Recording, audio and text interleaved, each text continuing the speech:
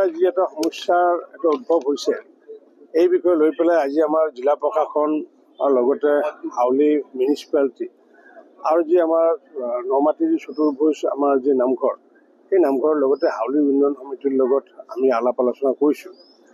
যিহেতু এই যে MRF এইটো ছিষ্টেম সমগ্ৰ অসমতে এইটো প্ৰতিটো মিউনিচিপালিটিতে আছে, পাঠালাটো আছে, বঙাইগাঁৱতো আছে। বঙাইগাঁৱতো বহু উন্নত মানৰ আৰু এই গাৰ্বেজ বা ডেম্পিঙৰ কাৰণে মানুহে যিটো ধৰণে ভাবে যে দুৰ্গন্ধ ওলাব, আচলতে সেইটো মেনুৰ মানে প্ৰডাকশ্যন কৰাই ছেগ্ৰিগেট হয়, প্লাষ্টিকেদি প্লাষ্টিক ওলাব, গ্লাছ থাকিলে গ্লাছটো গ্লাছ ওলাব আৰু যিখিনি আমাৰ পাচলি হওক বা অন্য ধৰণৰ যিবোৰ আছে তাৰে পৰা মানে মেনুৰ কৰা হয়।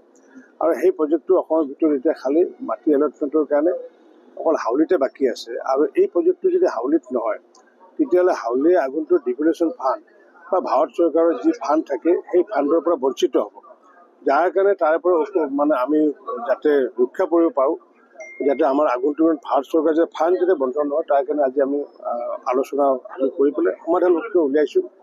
আমি যি স্থানত আছে সেই স্থানৰ পৰা অলপ ইদিক সিদিক কৰি আৰু নহয়তো এটা অল্টাৰনেটিভ স্থান এটা আমি বিচাৰাৰ কাৰণে ইতিমধ্যে আমি জিলা আমাৰ যি আয়ুক্তক দায়িত্ব অৰ্পণ কৰিছোঁ। তেওঁ নিজে সৰজমিন কৰি যদি এডিশ্যনেল ক'ৰবাত যদি অল্টাৰনেটিভ এলটমেণ্ট জেগা আছে তেতিয়া তাতে সেইটো হ'ব, আৰু নহয়তো তাৰে পৰা হয়তো অলপ আগত য'ত মানে ফিজিবিলিটি থাকে তাতে কৰাৰ কাৰণে আজি সিদ্ধান্ত লৈছোঁ। আৰু এই দুদিনমান যিহেতু চোৱা চিতা কৰিব, এই দুদিনমান যি ডেম্পিং এই ডেম্পিং গ্ৰাউণ্ডলৈ নিব নোৱাৰিব, ডেম্পিং তাতে থাকিব। আৰু এই বিষয়টো লৈ পেলাই মই ভাবোঁ যে আজি এটা সুন্দৰ সমাধান সূত্ৰ এটা ওলাইছে।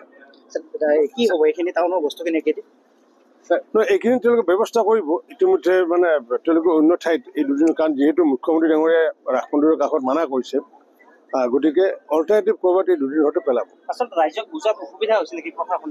আচলতে মিউনিচিপালিটি যদি আগতে এখন নাগৰিক সভা যদি কৰি ল'লেহেঁতেন তেতিয়াহ'লে আজি এই কথাষাৰ নাহিলহেঁতেন।